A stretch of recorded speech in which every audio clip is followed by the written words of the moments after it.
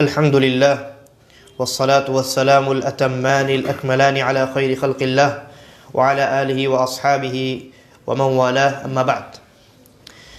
آج کی یہ مجلس ہماری 11ویں مجلس ہے۔ 10 مجلسیں ہو چکی ہیں نماز کے احکام و مسائل پر، اور یہ 11ویں مجلس ہے۔ وعلیکم السلام۔ اس سے پہلے کی جو مجلس تھی اس میں ان امور کا بیان شروع ہوا تھا جو نماز کو باطل کر دیتی ہیں، اور وہ سلسلہ ہمارا چل رہا تھا، چنانچہ اسی سلسلے کو ہم آگے بڑھاتے ہیں۔ تو نماز میں بعض حرکتیں ایسی ہیں جو نماز کو باطل کر دیتی ہیں۔ حرکت 2 قسم کی ہے۔ پہلی وہ حرکت جو کثیر ہو، زیادہ ہو، اور حرکت کی دوسری قسم جو یسیر ہو یعنی کم ہو۔ فقہا کا اتفاق ہے کہ زیادہ حرکت نماز کو باطل کر دیتی ہے۔ اسی طریقے پر فقہا کا اس بات پر بھی اتفاق ہے کہ کم حرکت نماز کو باطل نہیں کرتی، ٹھیک ہے۔ لیکن اختلاف اس میں ہے کہ کون سی حرکت زیادہ قرار پائے گی اور کون سی حرکت کو ہم کہیں گے کہ یہ معمولی حرکت ہے، کم حرکت ہے، جس سے نماز باطل نہیں ہوتی، ٹھیک ہے۔ تو اس مسئلے میں جو اقرب الی الصواب قول ہے وہ یہ ہے کہ اس چیز کو ناپنے میں ہم عرف کی جانب رخ کریں گے، یعنی لوگوں کو دیکھیں گے کہ لوگ کون سی حرکت کو زیادہ حرکت تصور کرتے ہیں اور کون سی حرکت کو معمولی حرکت تصور کرتے ہیں، ٹھیک ہے۔ کیوں؟ اس لیے کہ شریعت میں ہمیں کوئی معیار نہیں دیا گیا، لہذا جب شریعت میں کوئی معیار موجود نہ ہو اور ساتھ ساتھ عربی زبان میں بھی کوئی معیار موجود نہ ہو تو ایسی صورت میں ہم معیار کہاں سے تلاش کریں گے؟ عرف سے تلاش کریں گے۔ اس لیے کہ بہت سارے مسائل میں شریعت کے عرف کا، لوگوں کے اعتبار کا اعتبار کیا ہے، یعنی لوگ کسی چیز کو معیار سمجھتے ہیں تو شریعت نے اس کو معیار قرار دیا، لہذا عرف یہ اس وقت، اس کو عرف کہتے ہیں، لوگوں کا کسی چیز کو کچھ سمجھنا، لوگوں کا کسی چیز کو معیار قرار دینا، یہ لوگوں کے درمیان جو چیز رائج ہو اس کو عرف کہتے ہیں، ٹھیک ہے۔ تو جہاں دلیل موجود نہ ہو اور عربی زبان میں بھی کوئی رہنمائی موجود نہ ہو تو آخری آپشن ہمارے پاس بچتا ہے کہ ہم لوگوں کی جانب رخ کریں، معاشرے میں دیکھیں لوگ اس چیز کے بارے میں کیا سمجھتے ہیں، کیا سوچتے ہیں، ان کے یہاں کیا اعتبار ہے۔ لہذا زیادہ عمل اور معمولی عمل، معمولی حرکت اور زیادہ حرکت، اس میں فرق ہم کریں گے عرف کے اعتبار سے۔ یعنی اب کوئی انسان نماز میں کھڑا ہے، اس نے اپنی ٹوپی کو سیدھا کر لیا، تو ٹوپی کو سیدھا کرنا، ٹوپی کو ٹھیک کرنا، یہ زیادہ عمل، زیادہ حرکت ہے، بڑی حرکت ہے یا معمولی حرکت ہے؟ معمولی حرکت ہے، لوگ اس کو معمولی حرکت تصور کرتے ہیں، ٹھیک ہے۔ لیکن کوئی انسان اگر دوران نماز اپنے موبائل کو جیب سے نکال کر کے پھر اس میں کچھ کام کر کے پھر اس کو اندر رکھے تو یہ معمولی حرکت ہے کہ زیادہ حرکت؟ زیادہ حرکت ہے۔ کوئی انسان دوران نماز برابر کوئی ایسا کام کرتے رہے جو نماز کے اعمال میں سے نہیں، مثلا کسی انسان نے نماز شروع کی، اب اس کے بعد وہ اپنے دونوں ہاتھوں سے اپنے پورے جسم کو کھجلا رہا ہے اور برابر وہ ایسا کر رہا ہے لگاتار، ٹھیک ہے، تو ایسی صورت میں یہ حرکت معمولی حرکت ہے کہ زیادہ حرکت؟ زیادہ حرکت، ٹھیک ہے۔ تو اس طرح ہم یہ یعنی اس فرق کو سمجھیں۔ پہلی چیز تو نماز میں کون سی حرکت نماز کو باطل کرتی ہے؟ وہ حرکت جو کثیر ہو، جو زیادہ ہو۔ اسی طریقے پر اگر معمولی حرکت بھی ہے، مثلا ابھی میں نے مثال بیان کی کھجلانا، آپ نے نماز میں ایک مرتبہ داڑھی کھجلا لی، گال کھجلا لیا، کوئی مسئلہ نہیں ہے، یہ معمولی حرکت ہے۔ لیکن اگر یہی معمولی حرکت لگاتار ہو جائے تو کثیر بن جاتی ہے، زیادہ بن جاتی ہے، ٹھیک ہے۔ تو معمولی حرکت اگر لگاتار ہو جائے تو وہ بھی زیادہ حرکت بن جاتی ہے، نماز کو باطل کر دیتی ہے۔ اسی طریقے پر اگر وہ حرکت نماز کے، یعنی میں شرائط بتا رہا ہوں، یہ شرائط ہے کون سی حرکت نماز کو باطل کرتی ہے، تو پہلی شرط یہ ہو گئی کہ وہ حرکت بڑی ہونی چاہیے، یعنی کثیر ہونی چاہیے۔ دوسری شرط یہ ہے کہ وہ حرکت گرچہ معمولی ہو لیکن لگاتار ہونی چاہیے، لگاتار ہے تو نماز کو باطل کر دے گی، ٹھیک ہے، مثلا کسی انسان نے قیام کے دوران میں کھجلا لیا، پھر رکوع میں گیا پھر کھجلا لیا، پھر سجدے میں گیا پھر کھجلا لیا، تو اس کی نماز باطل نہیں ہے، کیونکہ یہ لگاتار نہیں ہے، یہ معمولی حرکت ہے، لگاتار نہیں ہے۔ لیکن اگر کوئی قیام کی حالت میں برابر کھجلا رہا ہے تو ایسی صورت میں یہ ایک معمولی حرکت مل کر کے زیادہ حرکت بن جائے گی، ٹھیک ہے۔ تو تیسری چیز یہ ہے، یہ دو چیزیں ہو گئی۔ تیسری چیز یہ ہے کہ وہ جو حرکت ہے وہ نماز کے اعمال میں سے نہ ہو۔ مثلا انسان رکوع کرتا ہے، رکوع کرنے کے لیے جھکتا ہے، پھر اٹھتا ہے، پھر سجدے میں جانے کے لیے وہ نیچے جھکتا ہے، قیام کے لیے ہاتھ باندھتا ہے، یہ تمام حرکتیں کثیر ہیں، لیکن کیا یہ نماز کو باطل کرتی ہے؟ نہیں۔ کیوں؟ اس لیے کہ یہ نماز کے اعمال میں سے۔ اسی طریقے پر بعض لوگ یہ کہتے ہیں آپ رفع الیدین کیوں کرتے ہیں بھائی صاحب؟ رفع الیدین کرنا یہ عمل کثیر ہے، حرکت کثیرہ ہے، تو ایسی صورت میں آپ کی نماز نہیں درست۔ جواب یہ ہے کہ رفع الیدین گرچہ حرکت کثیرہ ہے، کثیر حرکت ہے، زیادہ حرکت ہے، لیکن یہ نماز کے اعمال میں سے، نماز کے اعمال میں سے، اس لیے یہ نماز کو باطل نہیں کرے گی، بلکہ نبی اکرم صلی اللہ علیہ وسلم کی سنت ہے۔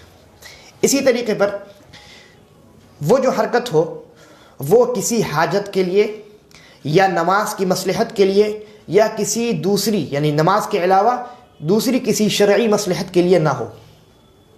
کیا مطلب ہوا؟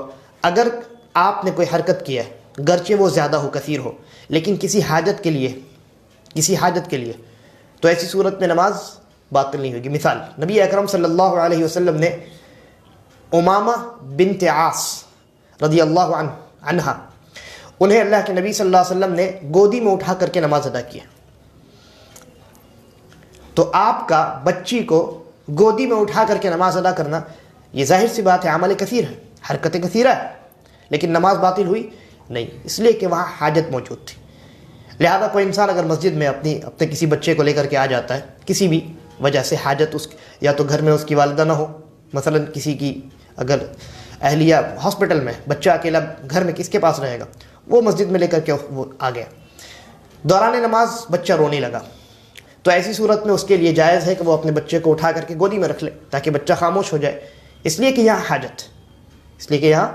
حاجت ہے، اور اس عمل کثیر سے، اس بڑی حرکت سے نماز باطل نہیں ہوگی۔ تو حاجت کی وجہ سے اگر آپ نے نماز میں حرکت کی ہے گرچہ وہ حرکت زیادہ ہے، معمولی نہیں ہے، تب بھی نماز باطل نہیں ہوتی ہے۔ دوسری چیز میں نے کہا کہ اگر وہ حرکت نماز کی مصلحت کے لیے ہے تب بھی نماز باطل نہیں ہوگی،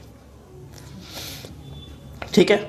مثال، آپ صف میں نماز پڑھ رہے ہیں، آپ نے دیکھا کہ اگلی صف میں آپ کے آگے والی صف میں ایک جگہ خالی ہو گئی، تو آپ کے لیے جائز ہے کہ آپ چل کر کے جائیں اور اس جگہ کو پر کر دیں، اس لیے کہ نماز کی مصلحت کے لیے، تاکہ نماز صحیح ہو، اصلح ہو، بہتر ہو، احسن ہو، تو یہ جائز ہے، اس میں کوئی حرج نہیں۔ اسی طریقے پر نبی اکرم صلی اللہ علیہ وسلم نے منبر پر چڑھ کر کے نماز ادا کی، آپ نے چڑھ کر کے قیام کیا، رکوع کیا، پھر نیچے اترے، پھر سجدہ کیا، پھر آپ چڑھے، پھر آپ نے اسی طرح کا عمل کیا، اور نماز کے بعد ایسا آپ نے کیوں کیا اس کی وضاحت فرمائی اور کہا کہ میں نے ایسا اس لیے کیا تاکہ لوگ سیکھ سکیں نماز۔ تو یہ مصلحت نماز کی مصلحت کی وجہ سے تھی، تاکہ لوگ نماز سیکھ سکیں۔ تو وہ حرکت گرچہ زیادہ ہو لیکن اگر نماز کی مصلحت کی وجہ سے ہو تو ایسی صورت میں وہ حرکت نماز کو باطل نہیں کرے گی۔ تیسری چیز میں نے کہی کہ اگر وہ حرکت نماز کی مصلحت کے لیے نہ ہو لیکن کسی دوسری شرعی مصلحت کے لیے ہو تب بھی وہ نماز کو باطل نہیں کرے گی۔ مثلا آپ نماز پڑھ رہے ہیں اور آپ کو محسوس ہوا یا آپ نے سجدے کی جگہ پہ دیکھا یا آپ کو ایسا لگا، محسوس ہوا کہ وہاں بچھو آ گیا یا سانپ آ گیا، تو آپ کے لیے جائز ہے کہ آپ اس کو قتل کریں۔ قتل کرنے کے لیے آپ کو کوئی چیز اٹھانی پڑے گی، پھر اس کو مارنا پڑے گا، عمل کثیر ہے، زیادہ حرکت ہو رہی ہے، لیکن یہ نماز کو باطل نہیں کرے گی۔ کیوں؟ اس لیے کہ نبی اکرم صلی اللہ علیہ وسلم نے حکم دے رکھا ہے اسودان، دو کالے چیزوں کو نماز کے دوران بھی مارنے کا، تاکہ وہ اس نماز پڑھنے والے کو تکلیف نہ دے، اور اگر وہ نماز پڑھنے والا بچ جائے تو کسی دوسرے مومن کو تکلیف نہ پہنچائے، ٹھیک ہے۔ تو وہ حرکت جو کسی دوسری شرعی مصلحت کے لیے ہو، یہاں کون سی مصلحت ہے؟ کہ انسان یا تو خود بچ جائے یا اس کا دوسرا مومن بھائی وہ بچ جائے. ٹھیک ہے. تو ایسی صورت میں اگر کسی نے ایسا کیا ہے تو اس کی نماز صحیح ہے گرچہ وہ عمل کثیر ہے. ٹھیک ہے. تو میں نے 3 چیزیں بیان کی کہ وہ حرکت کسی حاجت اور کسی ضرورت کے لیے نہیں ہو, اسی طریقے پر وہ حرکت نماز کی مصلحت کے لیے نہ ہو, اور اسی طریقے پر وہ حرکت کسی دوسری شرعی مصلحت کے لیے نہ ہو. اگر ان تینوں کے علاوہ کسی اور وجہ سے اس نے حرکت کی ہے تو نماز باطل ہو جائے گی, اگر وہ حرکت کثیر ہے تو. اور اگر معمولی حرکت ہے اور الگ الگ ہے تو نماز باطل نہیں ہوگی. لیکن اگر معمولی حرکت لگاتار اس نے کر دی تو پھر وہ معمولی حرکت مل کر کے کیا ہو جائے گی, بڑی حرکت بن جائے گی, کثیر حرکت بن جائے گی, نماز باطل ہو جائے گی. تو یہ تفصیل تھی حرکت, کون سی حرکت نماز کو باطل کرتی ہے, کون سی نہیں کرتی. اس کے بعد نماز کے دوران کھانا اور پینا جان بوجھ کر کے یہ نماز کو باطل کر دیتا ہے. ٹھیک ہے. امام ابن المنذر رحمہ اللہ کہتے ہیں اجمع اہل العلم, اہل علم کا اجماع ہے کہ جس نے نماز میں جان بوجھ کر کے کھا لیا یا پی لیا اس کی نماز باطل. ٹھیک ہے. اسی طریقے پر اگر آپ جماعت کے ساتھ نماز ادا کر رہے ہیں تو ایسی صورت میں نماز سے پہلے کسی عمل کو انجام دینا یہ نماز کو باطل کر دیتا ہے. جان بوجھ کر کے اگر کسی نے ایسا کیا ہے تو اس کی نماز باطل. امام اور مقتدی کے تقریباً 4 حالات, تقریباً 4 حالات. پہلی حالت یہ ہے کہ وہ مقتدی جو ہے امام کی متابعت کرے. امام نے اللہ اکبر کہا وہ اس نے اللہ اکبر کہا, امام رکوع میں گیا وہ رکوع میں گیا, یعنی متابعت کرے, جیسے ہی امام کرے ویسے ہی یہ کرے فوراً. یہ پہلی صورت ہوئی. دوسری صورت یہ ہے کہ وہ موافقت کرے, امام کے ساتھ ساتھ وہ کرے. ٹھیک ہے. امام نے وہ بھی رکوع میں جا رہا ہے ساتھ ساتھ, تو یہ دوسری صورت ہوئی, موافقت, ایک ساتھ ہو گیا. تیسری صورت کہ امام سے پہلے ہی وہ رکوع میں چلا گیا, مسابقت, اس کو کہتے ہیں مسابقت, یعنی پہلے کر دینا, امام سے پہلے کسی عمل کو انجام دے دینا. اور چوتھی صورت یہ ہے کہ امام سے بہت پیچھے رہ جانا. امام بس اوقات کیا ہوتا ہے, بعض لوگ امام سجدے سے اٹھ کر کے سورۃ الفاتحہ شروع کر چکا ہے اور ایک انسان ابھی تک سجدے میں, تو اس کو کہتے ہیں پیچھے رہ جانا, تخلف. یہ 4 صورتیں ہو سکتی ہیں. ان چاروں صورتوں میں جس چیز کا ہمیں حکم دیا گیا ہے وہ ہے متابعت. امام کرے فوراً آپ کریں. ٹھیک ہے.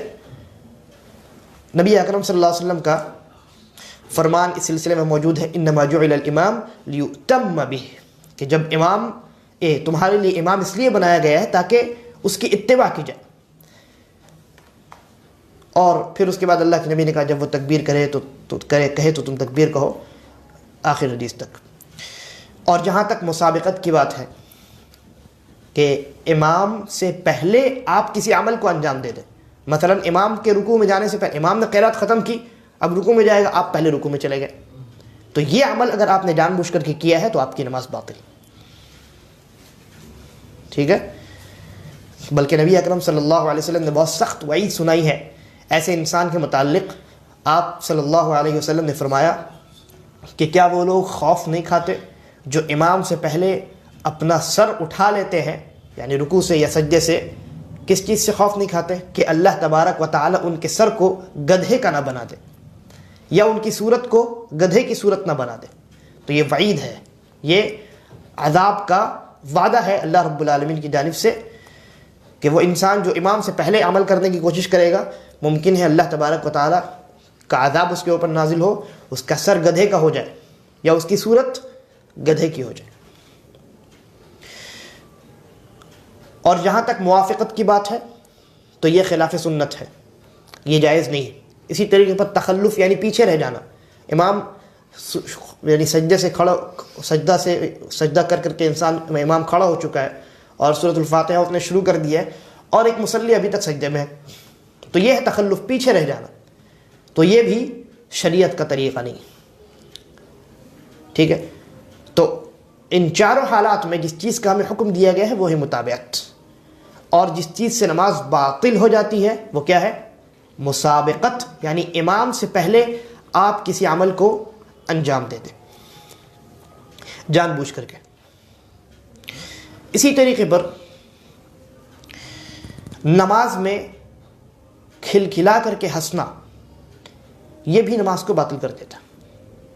البتہ آپ اگر مسکرا رہے ہیں تو ایسی صورت میں اس سے نماز باطل نہیں ہوتی. مثلا کوئی انسان نماز پڑھ رہا، کسی نے کوئی ایسی بات کہہ دی کہ اس کو ہنسی آ گئی، لیکن اس نے مسکرایا، ٹھیک ہے، پھر اس نے اپنے آپ کو کنٹرول کر لیا، تو اس مسکراہٹ سے اس کی نماز باطل نہیں ہوگی.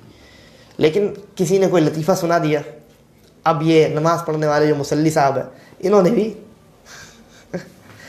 خوب کھلکھلا کر کے ہنس دیا، تو ایسی صورت میں نماز باطل ہو جائے گی. اور اس پر علماء کا اجماع نقل کیا گیا ہے کہ وہ انسان جو نماز میں یعنی کھلکھلا کر کے ہنستا ہے تو اس کی نماز باطل ہو جاتی ہے. تو یہ چند چیزیں تھیں جو نماز کو باطل کر دیتی، ٹھیک ہے، نماز کو مکمل طور سے باطل کر دیتی. اب اس کے بعد ہماری گفتگو ہوگی وہ چیزیں جو نماز کو باطل نہیں کرتی لیکن ان کا انجام دینا نماز میں مکروہ ہے. اللہ کے نبی صلی اللہ علیہ وسلم نے منع کیا ہے اور شریعت اس عمل کو دوران نماز انجام دینا پسند نہیں کرتی. ٹھیک ہے، میں سرسری طور پہ ان کا تذکرہ کرتا ہوں کیونکہ وہ بہت زیادہ ہے، تقریباً 22-25 کے لگ بھگ ہے. انسان جب نماز پڑھے تو اس کے لیے یہ جائز نہیں ہے کہ وہ ادھر ادھر دیکھے، بلکہ اس کا رخ کہاں ہونا چاہیے؟ قبلے کی جانب ہونا چاہیے. چہرہ اس کا قبلے کی جانب ہونا چاہیے. ادھر دیکھنا یا ادھر دیکھنا یا اوپر دیکھنا یا پیچھے دیکھنا، اس چیز سے التفات کہتے ہیں، اس کو مڑ کر کے دیکھنا یا پیچھے دیکھنا. تو التفات سے مڑ کر کے ادھر ادھر دیکھنے سے شریعت نے منع کیا. عائشہ رضی اللہ عنہا کہتی ہیں کہ میں نے نبی اکرم صلی اللہ علیہ وسلم سے سوال کیا نماز میں التفات کے متعلق، ادھر ادھر دیکھنے کے متعلق، تو آپ صلی اللہ علیہ وسلم نے جواب دیا کہ یہ جو ادھر ادھر دیکھنا ہے یہ دراصل شیطان کا ڈاکہ ہے. یعنی شیطان انسان کو وسوسہ ڈالتا ہے انسان کے دل میں اور انسان غافل ہو کر ادھر ادھر دیکھنے لگتا ہے، تو یہ شیطان کی جانب سے ہوتا ہے. لہذا ادھر ادھر دیکھنا یہ نماز میں جائز نہیں ہے لیکن نماز کو باطل نہیں کرتا. اگر ایک مرتبہ کسی نے نماز پڑھ رہا ہے وہ اور کسی نے یہاں دیکھ لیا پھر لوٹ آیا تو ایسی صورت میں اس کی نماز باطل نہیں ہوتی. اسی طریقے پر یہ تو التفات یعنی مڑ کر کے دیکھنا، یہ آپ نے اعضاء اور جوارح سے ایسا کیا ہے نا. ایک دوسرا التفات ہے جس کو یعنی التفات قلبی کہتے ہیں. ٹھیک ہے، التفات قلبی یعنی آپ ٹھیک سیدھا کھڑے ہیں، قبلے کی جانب متوجہ ہے، لیکن دل آپ کا آپ کے پاس نہیں ہے، دل صاحب کہیں اور گھوم رہا ہے نا. کسی انسان کی دکان ہے تو وہ جناب نماز میں کھڑے ہو کر دکان کا حساب کرنے لگتے ہیں. شیطان ایسی چیزوں کو یاد دلاتا ہے جس چیز میں اس انسان کی دلچسپی ہوتی. اب کوئی انسان کوئی عالم ہے تو پھر اس کو نماز میں وہ تمام دلائل یاد آئیں گے جو نماز سے پہلے نہیں آتے. مسائل کی باریکیاں اس کو یاد آئیں گی کہ اس مسئلے میں یہ نقطہ ہے اور یہ دلیل تو میں نے فلاں جگہ پڑھی تھی، یہاں میں بیان کر سکتا تھا اور اس حدیث پر عمل کر سکتا تھا. اب کوئی انسان کاروباری ہے تو اس کو اپنے کاروبار کے امور یاد آئیں گے. تو شیطان بطور خاص ایک شیطان مقرر ہے جو نماز کے دوران انسان کو بہکاتا ہے اور اس کا دل جو اللہ رب العالمین کے ساتھ لگا ہوتا ہے اس کو کہیں اور لے جانے کی کوشش کرتا ہے. نبی اکرم صلی اللہ علیہ وسلم نے ارشاد فرمایا، ایک صحابی ہیں عثمان ابن ابی العاص رضی اللہ عنہ، انہوں نے کہا کہ اللہ کے نبی صلی اللہ علیہ وسلم جب میں نماز پڑھتا ہوں تو جب میں قرات کرتا ہوں تو ایسی صورت میں میری قرات مجھ پر یعنی میں بھول جاتا ہوں کیا پڑھ رہا ہوں، بس اوقات دھیان کہیں سے کہیں نکل جاتا ہے اور انسان بھول جاتا ہے، ایسا ہوتا ہے. تو صحابی نے یہ شکایت کی. اللہ کے نبی صلی اللہ علیہ وسلم نے کہا کہ ذاک الشیطان، دراصل تمہارا قرات کرتے کرتے غافل ہو جانا یہ شیطان کی جانب سے ہے اور وہ ایک خاص شیطان ہے، یقال له خنزب. اس شیطان کا نام خنزب ہے، خینون زے بے، ٹھیک ہے، خنزب.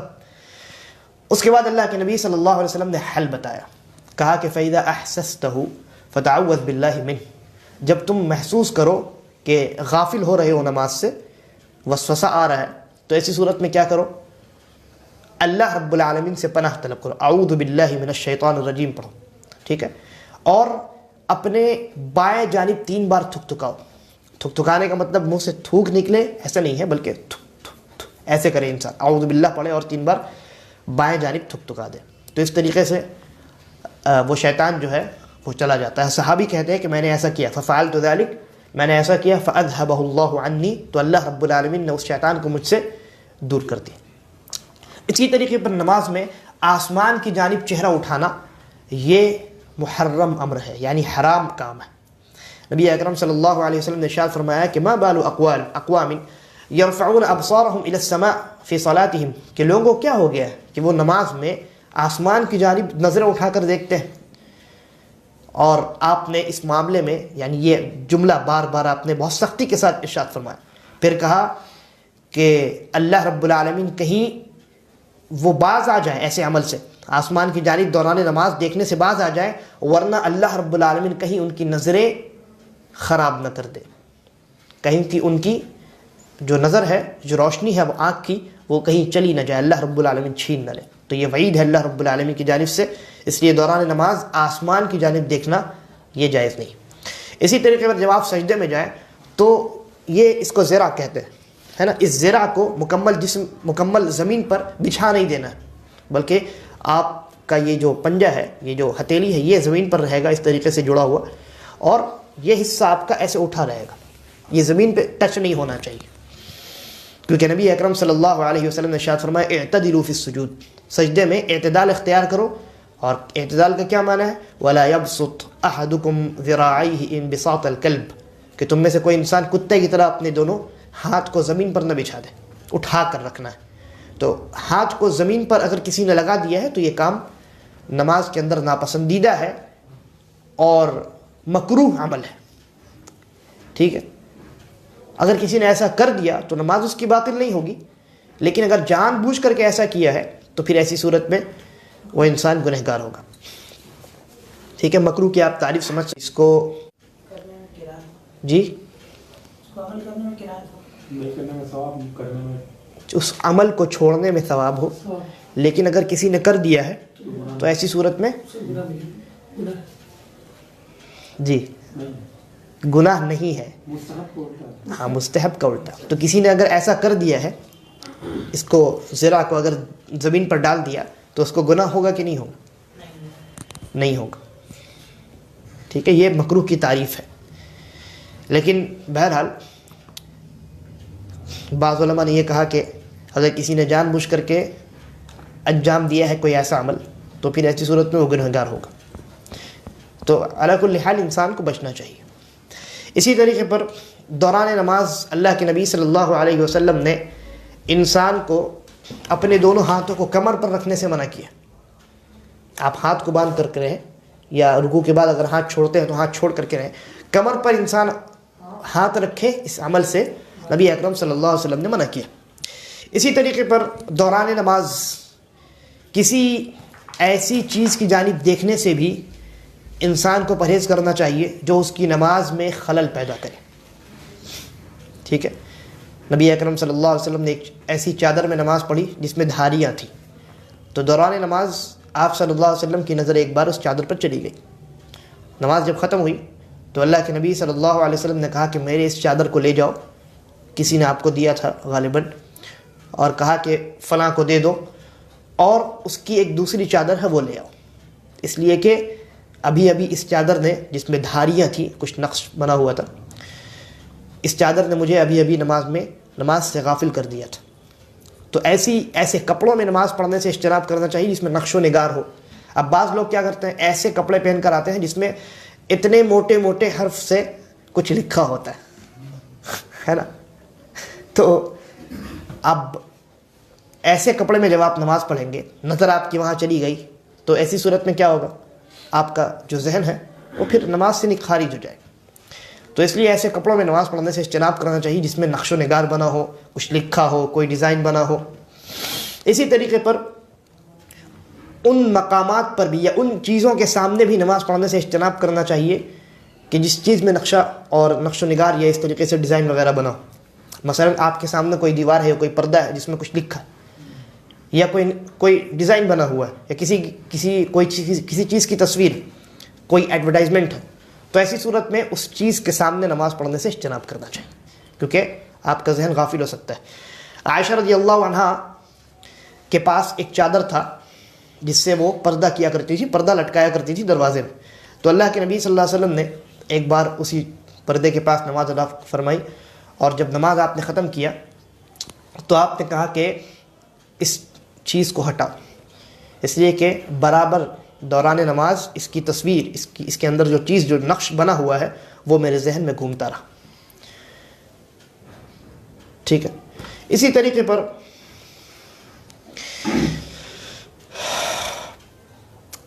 ایک اور چیز ہے، ہمارے یہاں وہ معروف نہیں ہے لیکن اللہ کے نبی صلی اللہ علیہ وسلم نے اس سے منع کیا ہے، اور وہ ہے کتے کی طرح بیٹھنا. ٹھیک ہے. کس طریقے سے؟ اقعاء کہتے ہیں. میں نے جب نماز کی سنتوں کا بیان کیا تھا تو میں نے کہا تھا کہ 2 سجدوں کے درمیان آپ اپنی دونوں ایڑیوں کو کھڑی کر کے دونوں ایڑیوں پر بیٹھ سکتے ہیں، اس کو بھی اقعاء کہتے ہیں، لیکن وہ اقعاء جائز ہے اور سنت ہے.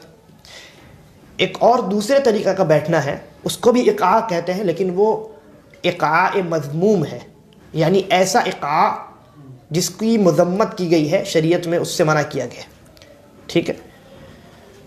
اور اس کی صورت کیا ہے کہ انسان اپنے دونوں ہاتھوں کو زمین پر رکھ دے اور اپنے سورین کو زمین پر رکھ کر بیٹھ جائے. ٹھیک ہے. بیک سائڈ اس کا زمین پہ ہو، ہاتھ بھی زمین پہ ہو، اس طریقے سے پیچھے کی جانب، اور اپنے یعنی پنڈلی کو اس طریقے سے کھڑا کر لے، اس طریقے سے موڑ کے کھڑا کر لے. یہ مثلا آپ یہ سمجھ لیجئے انسان کی ران ہے، یہ پنڈلی ہے، تو اس طریقے سے کھڑا کر لے، اس طریقے سے ایسے کر کے یہ حصہ، یہ پیر ہے، یہ زمین پہ لگا ہو، اور یہ انسان بیٹھا ہے، یہ انسان کا ران ہے، اور اپنے دونوں ہاتھوں کو زمین پر رکھ کر کے بیک سائڈ اس کا بھی زمین پہ ہو، یعنی اپنے کمر اور سرین کے بل وہ بیٹھے، ہاتھ اس طریقے سے ہو، پیر اس طریقے سے موڑ کے اوپر اٹھا لے. تو کتے اسی طریقے پر بسا اوقات بیٹھتے ہیں. تو اس بیٹھنے سے نبی اکرم صلی اللہ علیہ وسلم نے منع کیا ہے، اور اس بیٹھنے کو شیطان کا بیٹھنا قرار دیا. ٹھیک ہے. اس کے بعد دوران نماز انگلیوں کا ایک دوسرے میں داخل کرنا، بلکہ نماز سے پہلے بھی انگلیوں کا ایک دوسرے میں داخل کرنا، اور مسجد کے اندر انگلیوں کا ایک دوسرے میں داخل کرنا، اس چیز سے منع کیا گیا. ٹھیک ہے.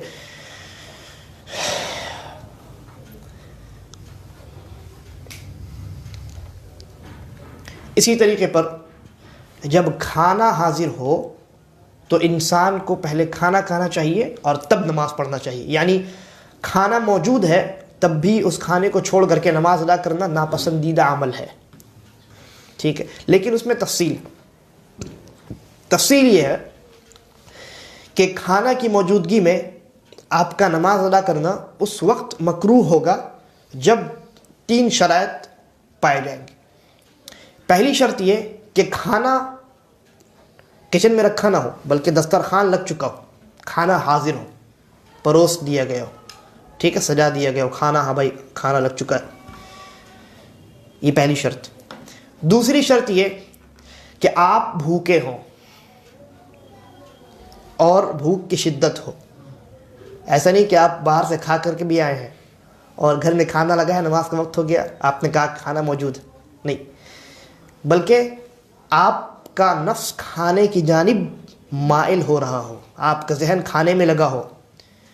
اگر آپ نماز پڑھنے جائیں گے تو پیٹ میں آگ جل رہی ہے، ذہن اللہ رب العالمین کے پاس کیسے لگے گا؟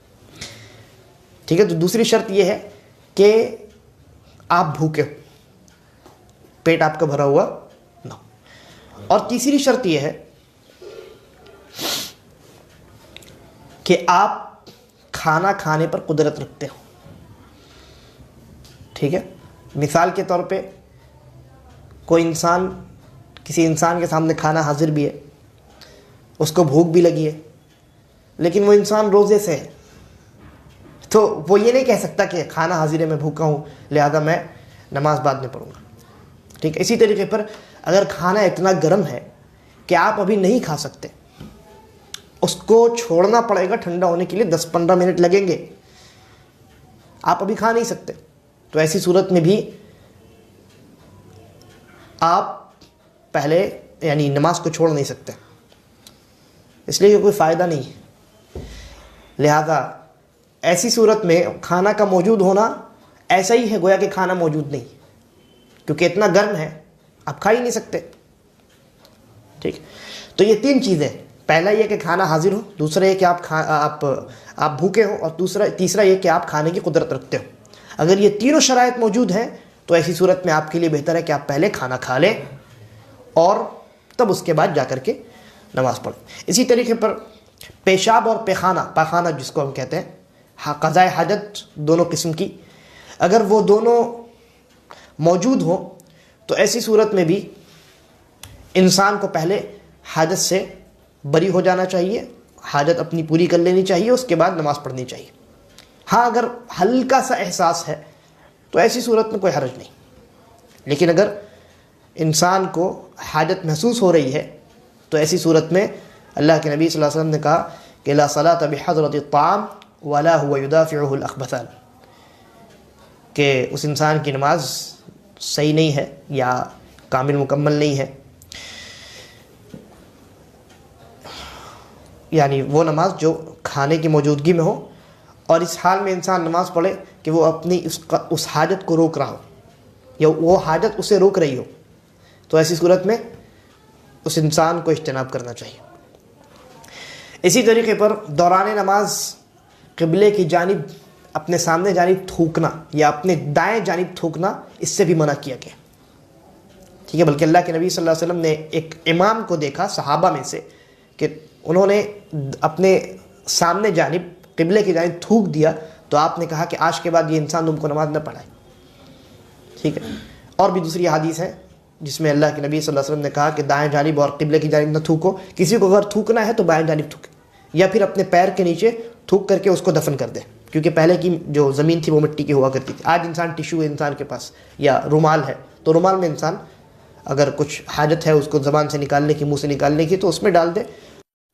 اس بال کو سنوارنا اس سے بھی منع کیا گیا. ٹھیک ہے.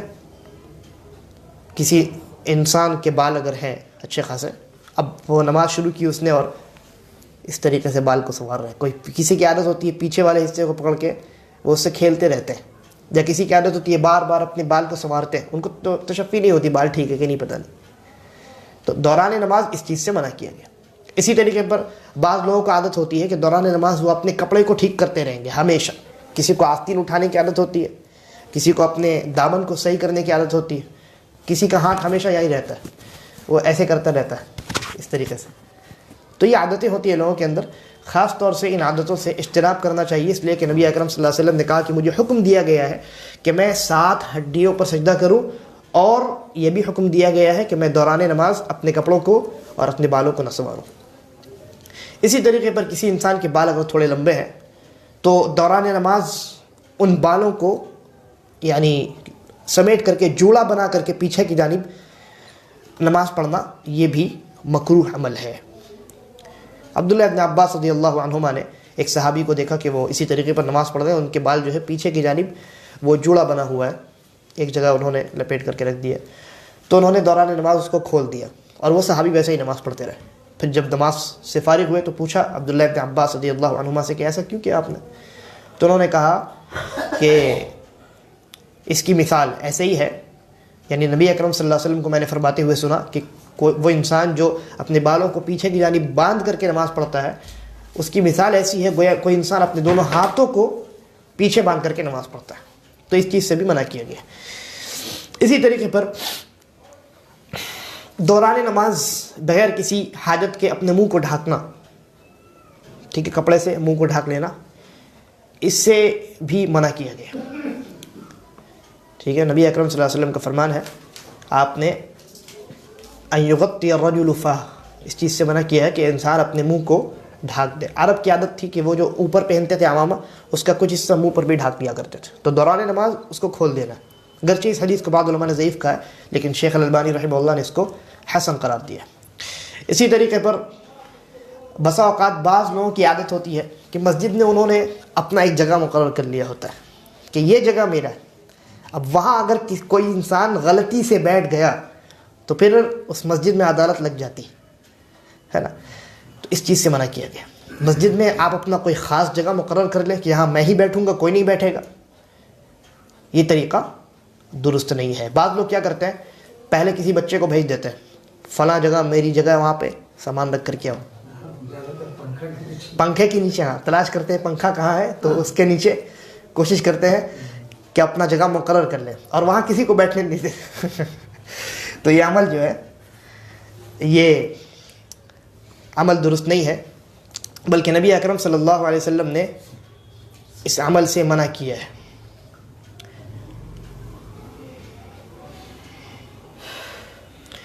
حدیث میں صحابی کہتے ہیں کہ نبی اکرم صلی اللہ علیہ وسلم نے انسان کو نماز میں اپنی جگہ مقرر کرنے سے منع کیا ہے، جس طریقے سے اونٹ اپنی جگہ مقرر کر لیتا ہے. اونٹ کی عادت ہے کہ ایک جگہ وہاں جہاں وہ بیٹھ گیا بار بار وہیں آ کے بیٹھے گا.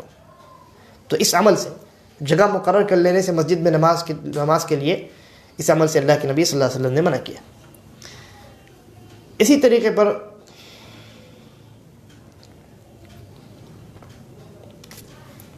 جب انسان بیٹھے دوران نماز، چاہے دو سجدوں کے درمیان پہلے تشہد یا دوسرے تشہد میں، تو اپنے ہاتھ کو زمین پر ٹیک لگا کر نہ بیٹھے. ٹھیک ہے، اس عمل سے بھی منع کیا گیا.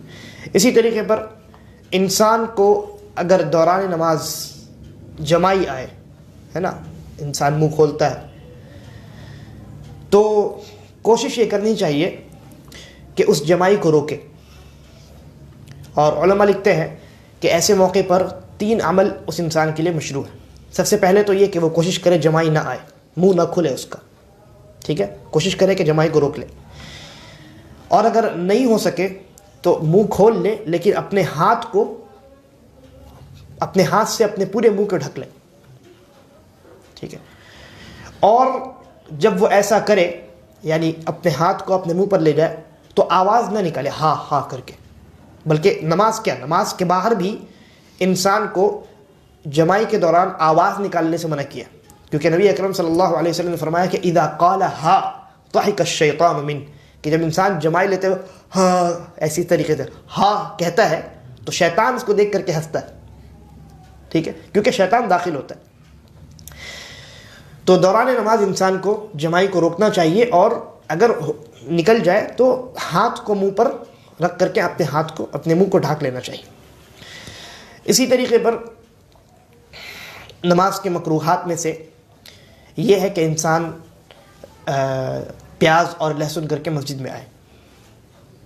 ٹھیک ہے، تو پیاز اور لہسن اگر کسی نے کھا لیا ہے تو اس کے لیے بہتر یہ ہے کہ وہ اپنے، یعنی کچا پیاز اور لہسن جس سے منہ میں بو باقی رہتی ہے، اس کے لیے بہتر یہ ہے کہ وہ اپنے گھر میں بیٹھا رہے، گھر میں نماز پڑھ لے، مسجد نہ آئے. کیونکہ اس کا مسجد میں آنا لوگوں کو بھی تکلیف دیتا ہے اور جو فرشتے ہوتے ہیں ان کو بھی تکلیف دیتا ہے. اسی طریقے پر بہت زیادہ جب نیند آ رہی ہو تو ایسی صورت میں، اور آپ کو کوئی فرض نماز نہیں پڑھنی ہے بلکہ نفل نماز پڑھنی ہے، تو ایسی صورت میں آپ پہلے اپنی نیند مکمل کر لیں. اللہ کے نبی صلی اللہ علیہ وسلم نے ارشاد فرمایا کہ جب تم میں سے کوئی اونگنے لگے نماز میں تو چاہیے کہ وہ لیٹ جائے اور اپنی نیند کو مکمل کر لے، اس لیے کہ وہ اگر اسی حالت میں نماز پڑھنا شروع کر دے گا تو بجائے اس کے کہ وہ استغفار کرے، وہ برا بھلا کہنا اور گالیاں دینا شروع کر سکتا ہے. تو یہ کچھ ایسی چیزیں تھیں جن کا نماز میں انجام دینا یہ نماز کو باطل تو نہیں کرتا، لیکن نماز میں ان عمل کو انجام دینا ناپسندیدہ ہے. نماز کے ثواب میں کمی ہو جاتی ہے. ٹھیک ہے، نماز کے ثواب میں کمی ہو جاتی ہے، لیکن نماز باطل نہیں ہوتی. تو 2 چیزیں بیان ہوئی، ایک وہ اعمال جو نماز کو باطل کر دیتی ہیں، اور دوسری وہ اعمال جو نماز کو باطل نہیں کرتی لیکن ان کا انجام دینا نماز میں جائز نہیں، منع کیا گیا. بہت سارے لوگ اس فرق کو نہیں سمجھتے اور اس عمل کی بنیاد پر نماز کو باطل قرار دیتے ہیں جو نماز کو باطل قرار دینے والی نہیں ہے، یا کسی نے ایسا عمل کر دیا ہوتا ہے جو نماز کو باطل کر دیتا ہے لیکن پھر بھی وہ کہتے ہیں کہ آپ کی نماز صحیح ہے. لہذا اس معاملے میں احتیاط کرنے کی زیادہ ضرورت ہے، اور اصل چیز یہ ہے کہ انسان کو سیکھنا چاہیے اور جاننا چاہیے کہ کن چیزوں سے نماز مکمل طور سے باطل ہو جاتی ہے اور کون سی چیزیں ہیں جن سے نماز باطل تو نہیں ہوتی لیکن ان اعمال کا انجام دینا نماز میں یہ ناپسندیدہ ہے اور شریعت نے اس سے منع کیا۔ اللہ تبارک و تعالیٰ سے دعا ہے کہ وہ ہمیں صحیح سمجھ کی توفیق عطا فرمائے۔ انشاءاللہ اگلے درس میں ہماری گفتگو سجدہ سہو کے احکام کے متعلق ہوگی کہ اس کے کیا احکام ہے، کب کرنا ہے، نہیں کرنا ہے، اسی طریقے پر کن وجوہات کی بنیاد پر آپ یعنی کن اسباب کی بنیاد پر آپ کو سجدہ سہو کرنا ہے اور کب نہیں کرنا ہے۔ تو پوری تفصیل انشاءاللہ ہم اس پر گفتگو کریں گے۔ میں نے آج اس کو شروع نہیں کیا کیونکہ اس کو انشاءاللہ ایک پوری مجلس میں بیان کیا جائے گا، ٹھیک ہے، تاکہ یاد رکھنے میں آسانی ہو۔ آدھا ادھر آدھا ادھر ہونے سے تھوڑی تکلیف ہوتی ہے، وقت ذرا بچا نہیں۔ اللہ تبارک و تعالی ہم تمام کو صحیح سمجھ کے توفیق عطا فرمائے، نماز کے احکام و مسائل صحیح طریقے پر سیکھنے کی اور دوسروں کو سکھانے کی توفیق عطا فرمائے، اور ہمارا خاتمہ ایمان اور اسلام پر کرے۔ ھذا واللہ اعلم وصلی اللہ علی نبینا وسلم۔